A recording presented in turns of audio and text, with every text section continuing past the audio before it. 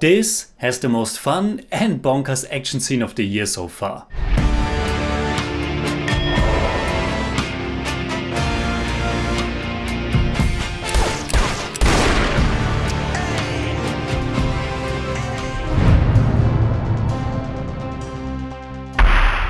Servus Freunde, my name is Jimmy Cage and Mahaan is the newest Karthik Subbaraj padam. And padam, which I now know, simply means film or picture. Sometimes it's really that easy. It's a Tamil language gangster drama that was just released on Amazon Prime, and it clocks in at an overlong 2 hours and 43 minutes. The title Mahaan, which can be translated as The Great, refers to our protagonist Gandhi Mahaan, played by Vikram. He was named and raised in the spirit of the great Mahatma Gandhi, at least when it comes to the rejection of alcohol. He becomes an ordinary goody-two-shoes teacher who then, at his 40th birthday, gives into his midlife crisis and after one eventful night, after which his wife and young son abandon him, begins to turn into a big liquor gangster boss. The first half of Mahaan is about that rise and his partnerships and entanglement with Satyavan and Gnanam, both of which he already knows from his childhood, who are played by Bobby Simha and Vitay Muthukumar. And then the second half becomes this apparently epic clash between father and son, as Gandhi's son Dada has grown up to become some kind of murdering maniac cop who wants to kill everyone in his father's line of work. Dada is played by Vikram's real son, Dhruv Vikram, who has only appeared in a few films before. So seeing real-life father and son as this fictitious father-son duo is obviously one of the film's biggest selling points. The clash between Gandhi and Dada is somewhat about ideology, somewhat about revenge, somewhat about ego, but it's all just very flimsy and really not that intriguing at all. And it's really just so long and overstretched. At this point I have seen quite a few films by Karthik Subbaraj and I know that he has gathered a big fan following. He's someone with a huge passion for cinema, I guess in a similar vein like Quentin Tarantino for example. He makes a lot of references, pays homage to old movies and movie icons, tries to do something fresh and at least from what I have seen, most of his movies tend to be these rather cool and brutal affairs, with a touch of dark humor. There hasn't been a film that I really disliked, but so far I'm also not a fan of his work either. I have seen Pizza, Jigatanda, Petta, Jagam Tandiram and now Mahaan. I like Jigatanda and Petta most and there are always elements in his films that I really enjoy, but as a whole he's just not a filmmaker where all things click for me. Easily my favorite moment in the entirety of this film is this long action set piece that's happening at about 1/3 into it. It's mostly filmed in one long continuous shot, or at least it feels like that, and it's really wonderfully choreographed and just fun. Unfortunately, the movie overall is pretty low on actual action. There are some moments later on, but not much, and nothing comes close to that first time when Vikram's Gandhi is fighting all these goons to save his friend and his friend's son, who is also like a son to him. It has that mass feeling and the over-the-topness of it fits the tone. And I think Mahaan always works best when it doesn't take itself too seriously. The story and the characters are very comical, to a level where I wasn't so sure if this isn't actually meant as a satire. It was almost baffling how simplistic the script and the story progression are. So many times things are established in one scene and then immediately followed up on the very next, or just a few minutes later. It's not as if something is cleverly planted that's paying off much later. I almost adored this really simplistic storytelling and more than once I thought that this has the appeal of something that some giddy boys were coming up with on the schoolyard. And when the movie is having some fun with the material, I was having some fun with it too. For example, in the many song sequences that are woven into the narrative. I thought it was a bit crude and I hoped the songs would play out more and not be constantly interrupted by something, but I enjoyed this over-the-top music quite a bit nonetheless.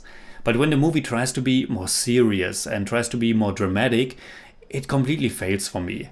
I barely believed in Vikram's character and I kind of like the character of Rocky, played by Sanand, but pretty much everyone else is super shallow and underwritten. I really like Bobby Simha and I like to see him here, but there's just not enough there to get you truly engaged in their relationship.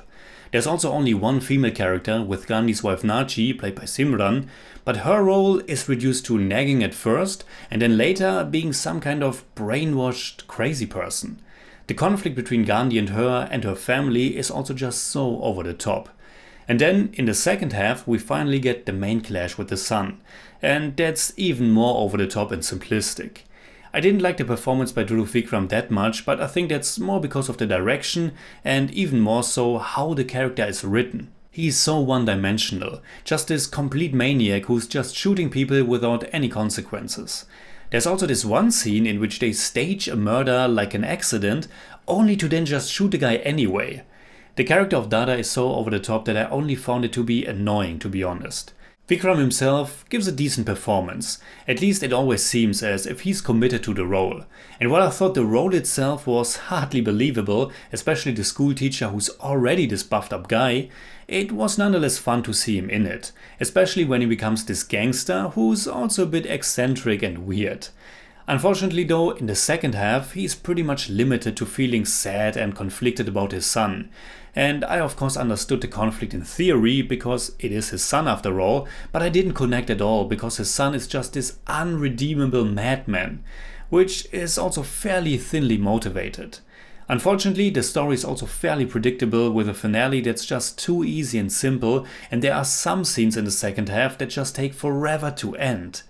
I don't deny that there are some cool things in Mahaan as well. Karthik Subbaraj tries to be playful. He tries to unfold the story with these inserted cards from a card game, some color symbolism with Vikram all in black and his son in white, or vice versa, and every now and then there's also some nice camera angle to be found.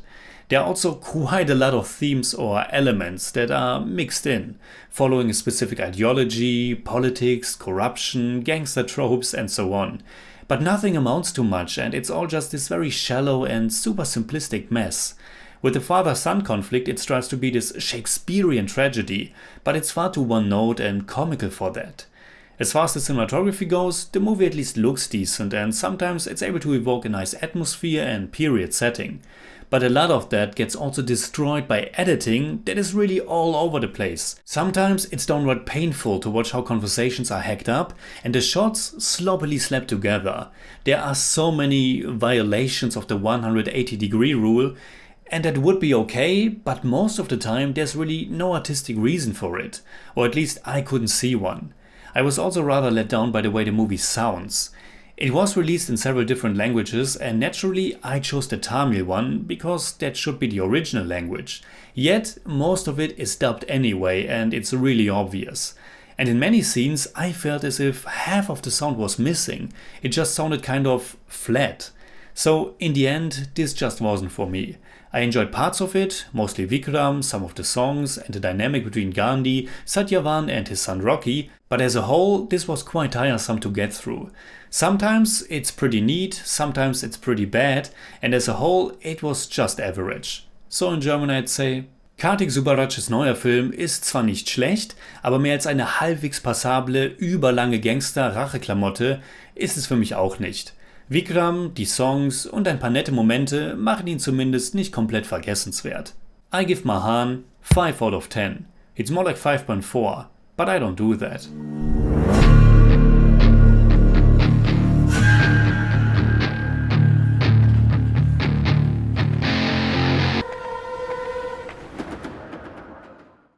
Alright, that's it like always. Comment below and let me know what you think about Mahaan.